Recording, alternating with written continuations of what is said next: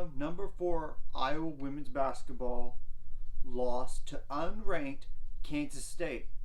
And you could debate whether or not that was a foul before the buzzer sounded or not. It's up to you to decide. But the officials ruled it. It was after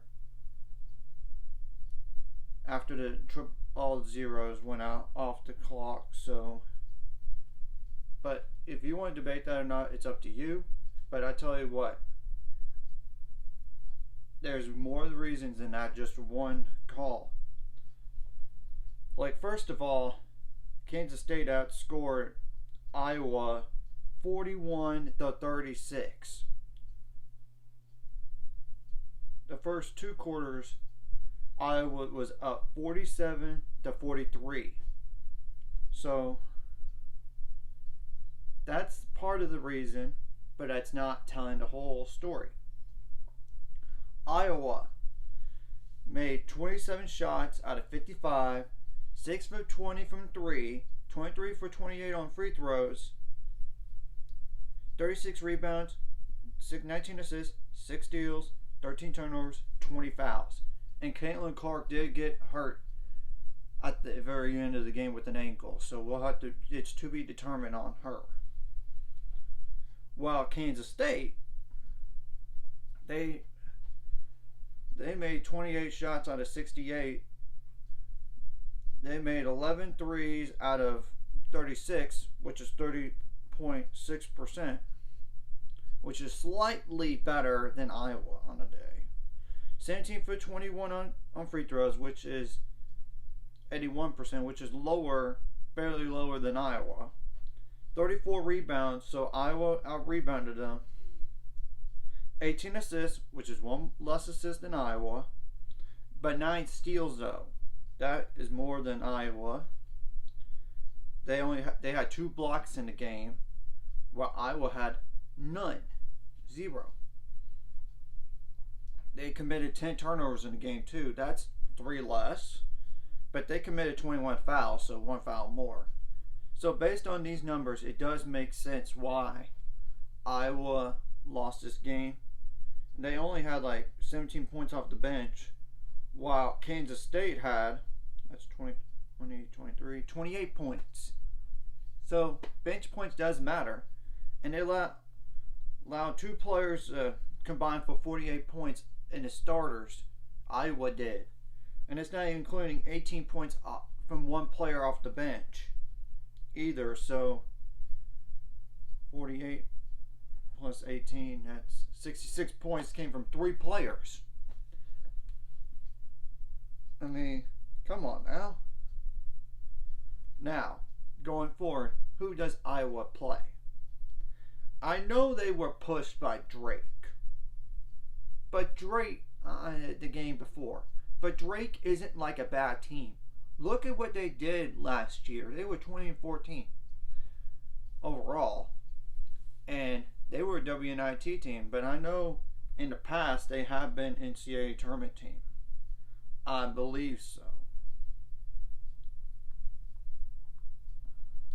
But I'm going to double check.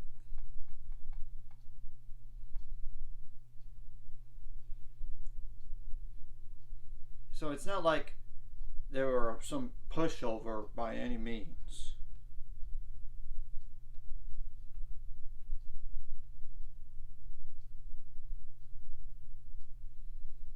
And Iowa won that game 92-86 in the prior game. Oh, they didn't make the NCAA tournament like. Of course, 2021 season, 2020-2021, they were WNIT. But if you would exclude that 2019-2020 year, they before those 3 that year, they made 3 straight NCAA tournaments from 2016 and 2016-17 year season to 2018-2019 season. So they're not, and they're basically from what. And even before then, they were a WNIT team before the 3 years in a row of NCAA tournament Granted, now I know they were first round, but come on. You can't tell me they're terrible.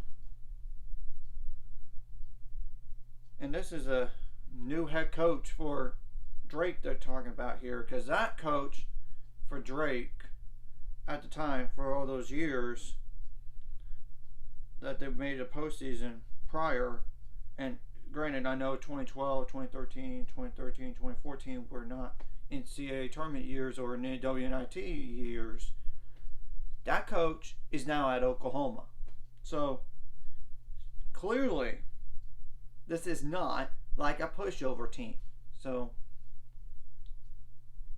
I just want to address that part first. As for Iowa, they got themselves, I know they got a tournament with UConn over Thanksgiving week for sure, but prior to that, I will address.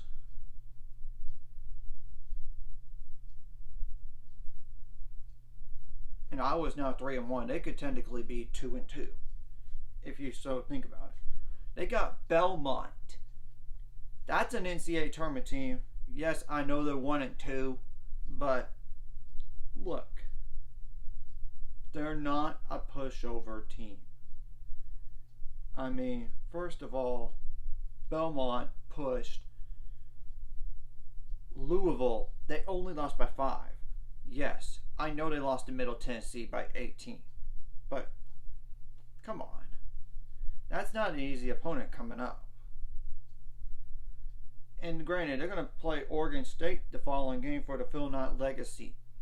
Then the winner of that game either plays, depending on results, it's like Duke and UConn, I believe.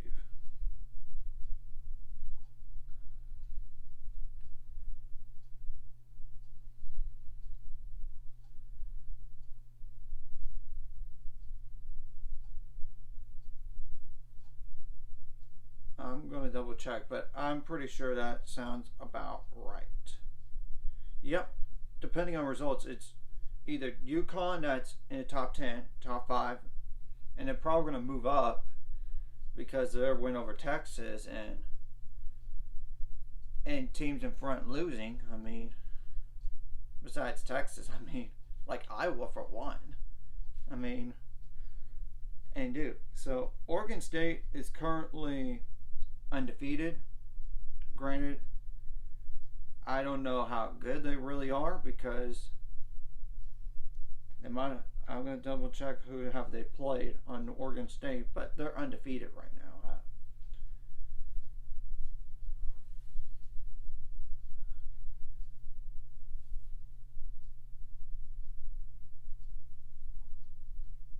At 3-0, which I know that record could be deceiving a little bit, depending on who have they played. Yeah, they played Eastern Washington, Seattle, and Hawaii. So, and they're gonna play Prairie View A&M next. They should, I would assume, win that game. So they should be 4-0. So I don't know what to think. And I think that Oregon State might be receiving votes, but I'm going to double check real quick before I go on to the Kansas State side of things.